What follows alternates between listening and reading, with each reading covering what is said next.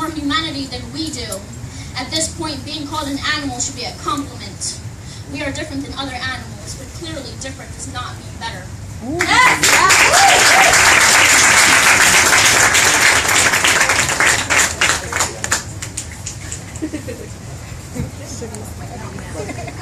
Yes, that's a little bit of what we do. And one of the things that we definitely encourage in Poetry Slam is discussing social issues. What are current hot button topics that are going on? A little 1-minute history for those who haven't been in my class, because we definitely go through the lengthy history. Poetry Slam began with its roots all the way back in the 1920s with the Harlem Renaissance.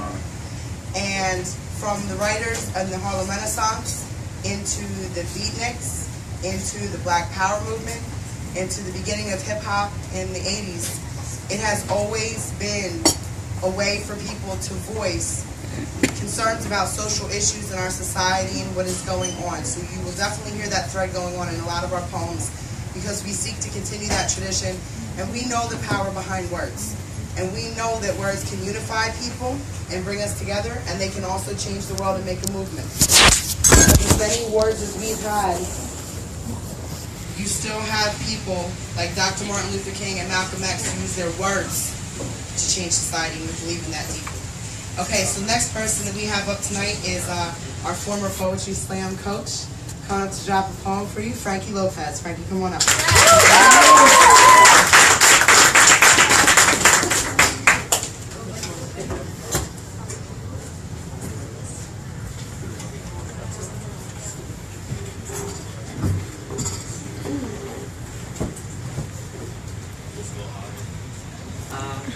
I tried that.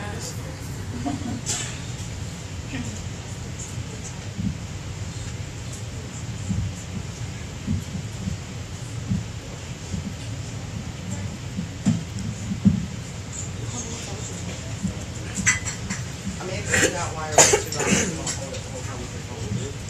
I don't know.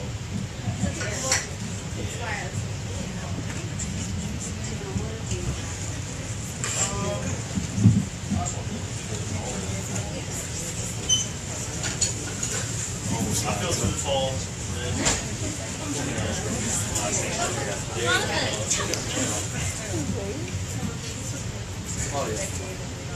Alright.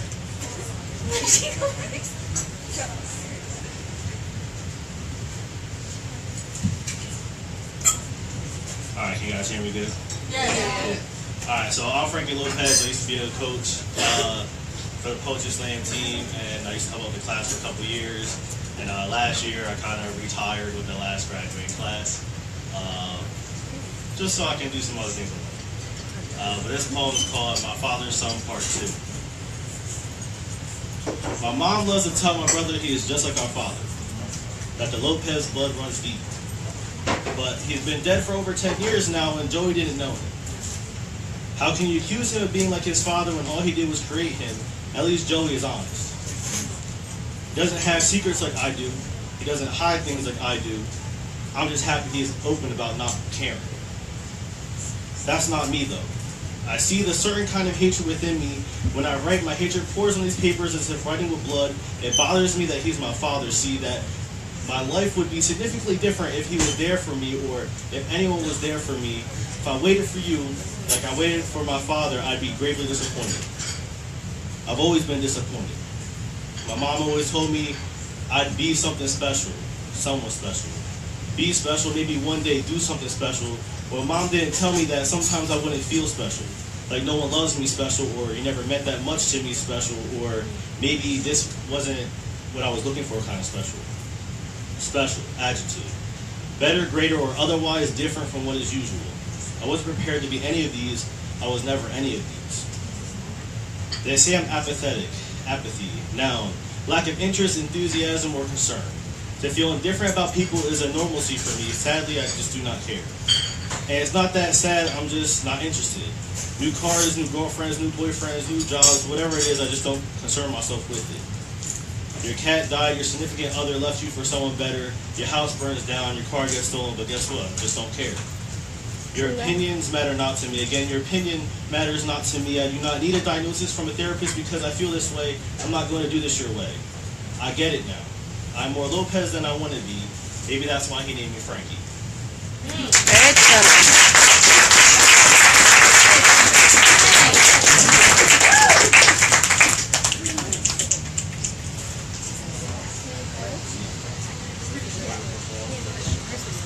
Consult my book. See who's up next. Okay, so up next we have one of our Poetry Slam alumni, which, by the way, makes my heart so happy to see like Poetry Slam alumni in the place. I know Poetry Slam alumni. I love you guys. I miss you guys so much. So Anthony, who's about to come up now and perform. Anthony and I have an interesting relationship. Oh, yes, y'all do. Girl. Anthony goes down in history as the only kid in my class to ever tell me that my assignment was complete and utter bullshit to my face. Sounds like him. I was a little angry. Little And, angry. Yeah, like she overreacts to everything. That was the only understatement she's ever like. Yeah. And now we're good. And now we're good friends. But he is always like completely dropped the mic with his poems. And I really very much appreciate him. So Anthony, come on up and do your poems first.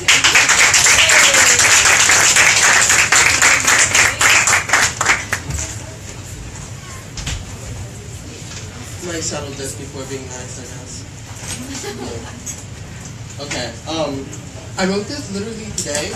So if I messed up, it's because I wrote this literally today. And just a little background to this. As Christine said, you know, when she started, that she said that, you know, a lot of slam poetry is based off of, you know, social issues, you know, things that are going on today. There's a lot going on, like right now with me in general. So writing this,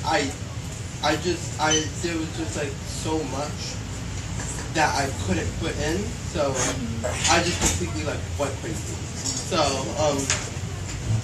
here's something. This is called Nothing to Write. I can't seem to paint a portrait with my poetic words. I attempt to create and force it. Should I do this piece on birds? I can imagine the way they fly, or, you know, or I could do an excerpt on how men lie, or how I feel like I'm in the desert when all of my friends don't need me, and my life becomes dry and brittle like touched up rock. Say hello to my writer's block. I can write about that one time that I met this dime who called me to fall in love, my oh my, but that's a cheap gag and an easy rhyme. So why don't I write about our struggles and as a time-consumed couple? I shake to ruffle my feathers at the fact that anything I write about my baby will just be a happy ending because he's my happy ending, and I'm sure no one wants to hear about my happiness, or how he makes me smile or forces my heart to skip the mile. The crowd doesn't want happiness. Come on, I pound my head with a knock, knock, knock. You are no longer welcome, writer's block. I can write about my darkest hour, or my need for power, or how I cry in showers over nightmares that flower my thoughts day and night. Oh, night. I can write about the night, and provide scenery that just might win you over the way that a little sky lights. Cause the oohs and ahs, oh, I messed up. The little skylight called oohs and ahs, and the millions willing to pause to find beauties in the barren blackest wall that is known as the heavens. But to this day, poetry about dusk seems way too cliche. So how about I do this essay on yesterday, and how my crappy choices constitute my future as a successful man. I'm on to you, writer's block. You can hear the clock tick, and I'm only closer to finding a topic that will blow your mind away, or rock it until they sleep. Wait, what did I just say? Darn it.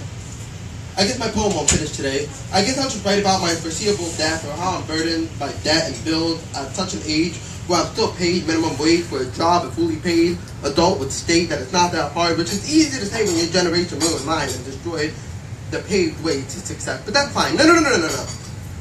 Then those people would be so offended that I have the audacity to disrespect them in the way they disrespect us. Speaking of us, I can write about the future and how money, men, I need to blend. I gotta yawn, what's going on? My thoughts are too loud, way too loud, and very proud. Please, can you run and send help? Oh, I forgot my top again. Well, my brain just wants to mimic and mock and waste my time. Tick, tick, tock. My brain cells continue crosswalk as I try to restock memories and thoughts that were taken by my writer's block.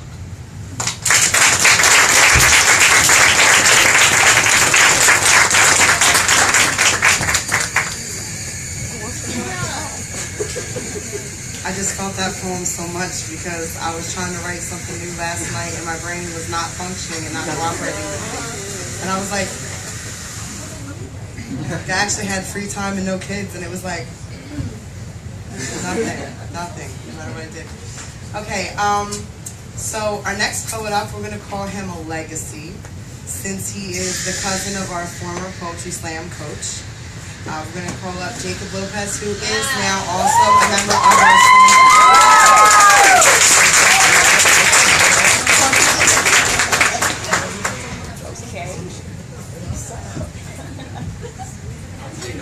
Hi, Jacob. I kind of wrote this one today, so. Get closer to the mic. Disclaimer. This good? No disclaimers! Sorry, I apologize. This good? Everyone hear me? Yeah, So, J-A-C-O-B. Jacob. That's my name. It's a biblical name. It was the man who wrestled an angel of God and who wouldn't stop until God blessed him. He got that blessing. And Jacob is the father of the 12 founders of Israel, which is pretty cool. I guess you could say that's the yang of the name Jacob, the positive. But when there's an angel with a halo, there's a devil with a pitchfork. J-A-C-O-B. Jacob. That's my name. It's a biblical name. It was a twin baby who grabbed his brother's heel on the way out of the womb because he's lazy. He also deceived his father to receive his bigger brother's blessing.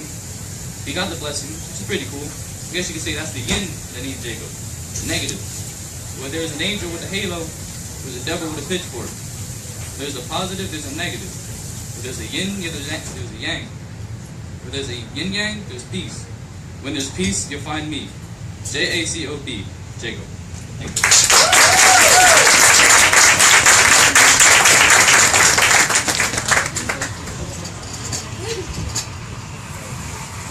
Alright, sorry, I'm like losing my balance. Did you see me with my short little legs trying to hop up here? It's like ridiculous, being 5'2". You look good up there, Mom. That is because I look tall. I'm like, hey. Okay. So, our next poet up, I've really enjoyed listening to her this year. And when she sits in class, she's kind of really quiet, and then you don't expect her to come out with the poetry she comes out with, and it's really mind-blowing and awesome to watch. So Lilith.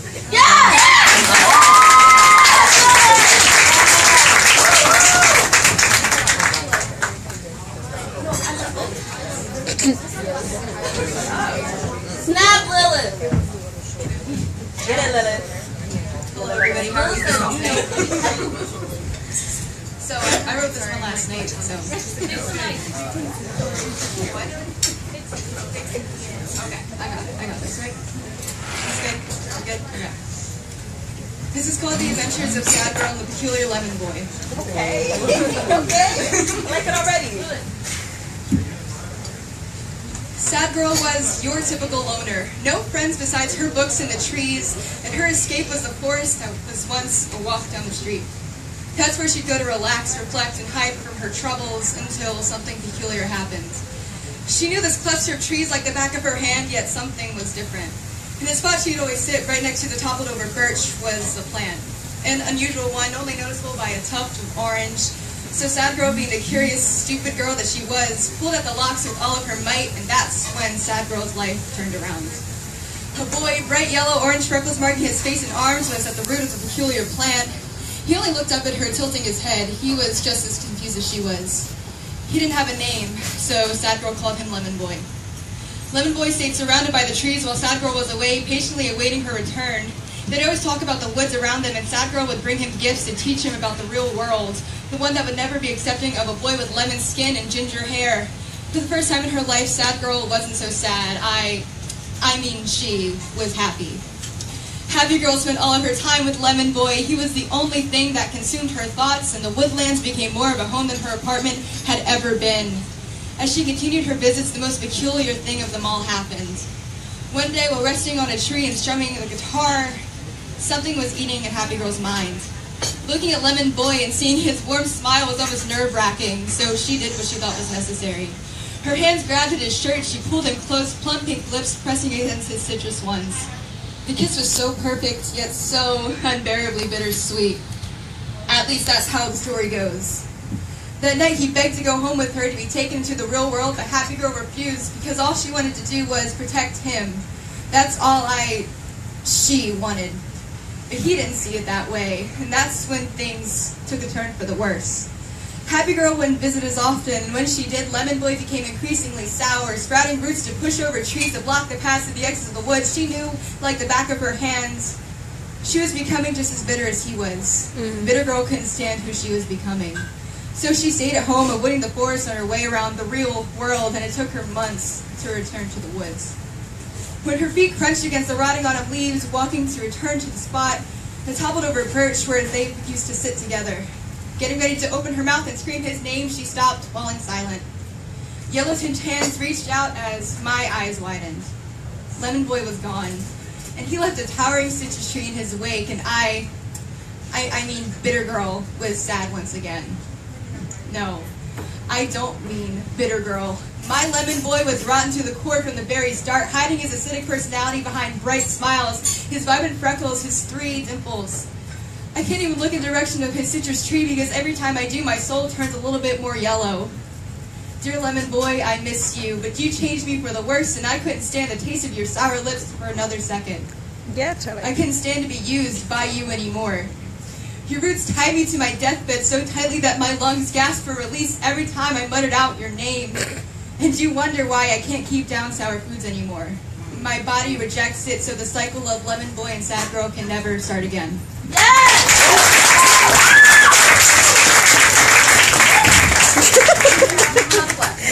Go back up there. Do another slide.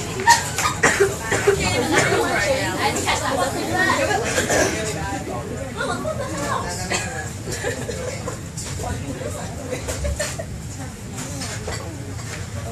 Can I have a drink? Baby, pick it up. Baby, pick it up. Thank you. How you doing? Amazing. It was on point, girl. You have Got this. But everybody knows how accident prone I am. So, yeah. Yeah, you are.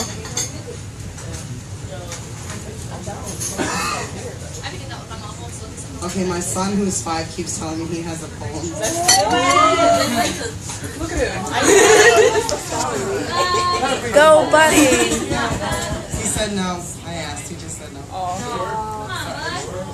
Go ahead, buddy. Give him like 5 more years. Our next poet up has genuinely become one of my favorite people ever. He was on the slam team last year, has been Poetry Slam alum, and has been with us for a couple years, and now he is assisting coaching the team this year, which makes my heart happy because he knows what we're looking for. Black coffee, stirring in my unfiltered thoughts of self-destruction with a splash of unrealistic scenarios for taste. Maybe it's still a bit too strong. Like the overwhelming feelings of staticky nothingness that tend to stick to my bones and drag me further into the grave, I'm gonna hold on for another day, because I have thoughts to share. From the desperate attempts of trying to make contact with the people that wander outside of my mind, like the ones in my dream, I've been having this reoccurring dream that I'm sitting in a translucent box tied down to a chair, as if I was a rampant animal needing to be restrained, surrounded by darkness. The only sound is the thumping of my heart radiating against those translucent walls. I take a sip of coffee, closing my eyes, appreciating its aromatic complexities with the taste that lingers in my mouth. I take note. I notice that the sun shining through the window has begun to create dancing shadows performing the ballet of my now realized insanity.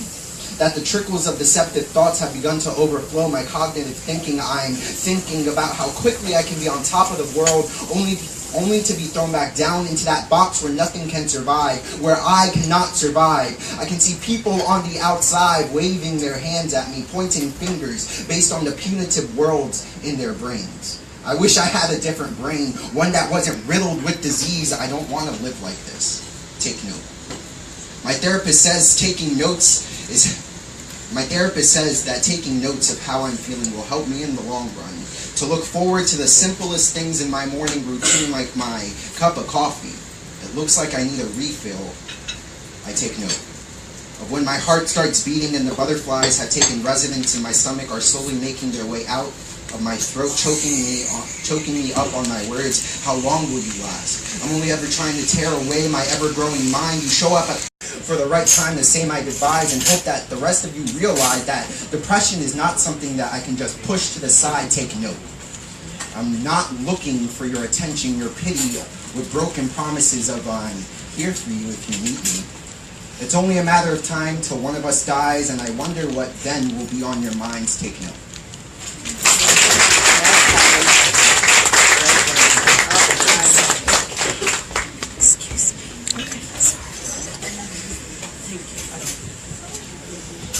Mini break. Do we have a Rachel Faye somewhere in the audience? Might this be yours, darling? Yeah, Charlie. Is there a lot on there? It's Christmas and I have 4 kids. Just need to know.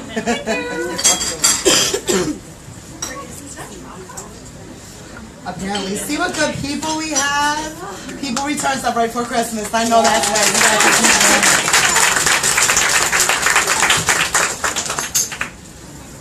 There's good people in here. Okay. So, next up,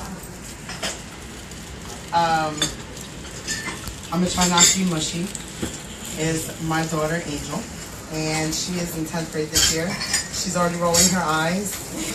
Fantastic at that age. Love teenagers. Yay. And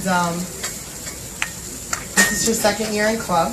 And she's going to come up and perform a piece for you. I think my 5-year-old's still trying to buy for a spot. I don't know what he's doing. So Angel, come on up.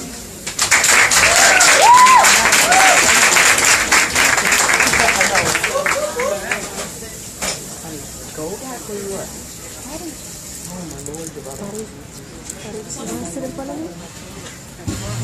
Just let him perform one. It's okay.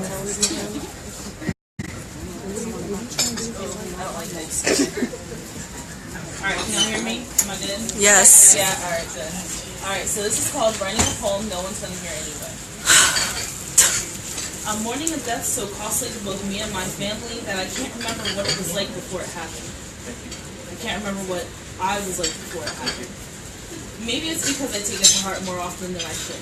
Maybe it's because I'm emotionless and can't seem to cry anymore.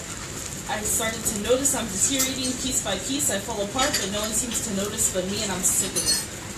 I'm sick of watching my own family drown in their thoughts so often that they can't even speak to me anymore. I thought it was me. I thought maybe I could fix it. Not too soon, I realized I'm mourning my own death, not physically, but mentally I'm gone. Sorry, Mom, if I'm not that good little girl anymore. I just don't feel that way.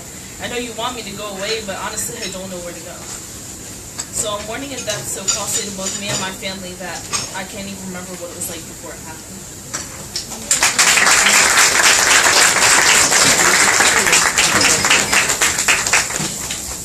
Bless you.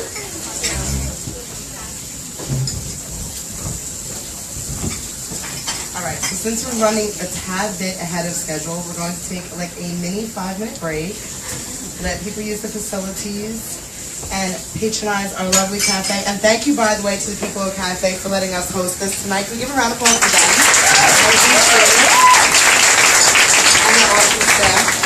So we're going to take a little short, like 3-4-ish minute break, and we will be right back with you, okay? We're still running. Yo. Is there someone right here?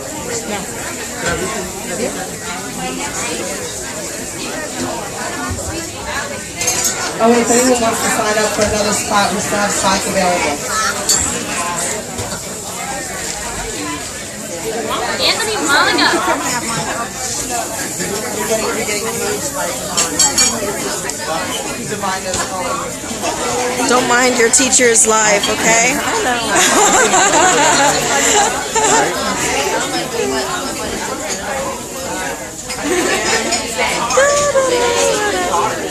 Watch what you guys do, okay? Hi. Hi. Say hi. Miss Lewis is live.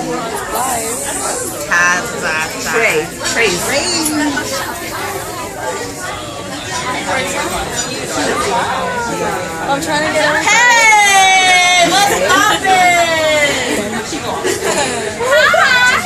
So you guys enjoying yourselves? Yeah, I can't wait to go up there and make people cry. You feel me? Good. That's what you're supposed to do. She forced me. Either make them cry or make them laugh. Yeah, she did. Right?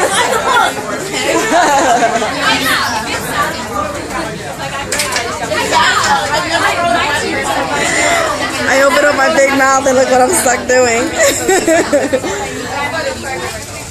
Video too. Yeah, I'm alive. I'm alive. I know. We living it out. So we stay live. Nigga say, yo, Steve, you look alive and you look hot. But I don't get hot. So ha ha ha. Oh no, you're good, sweetheart.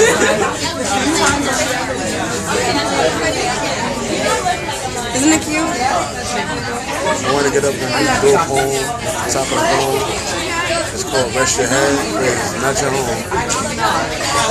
But I can keep on going and telling the facts. I rest my head when it's not my home. It's really my girl's crib, but she's not at home. She be with me all the time, so I rest my head when it's not my home. That's your phone? Excuse me again. No, you're good. That's your phone. It's not really my home, it's my girl's home. That's it. I rest my head when it's not my home. That's what you get. Hueva, se me cayó. Se salió en batería y todo. Se murió el teléfono. Alright, well I did tear it. I see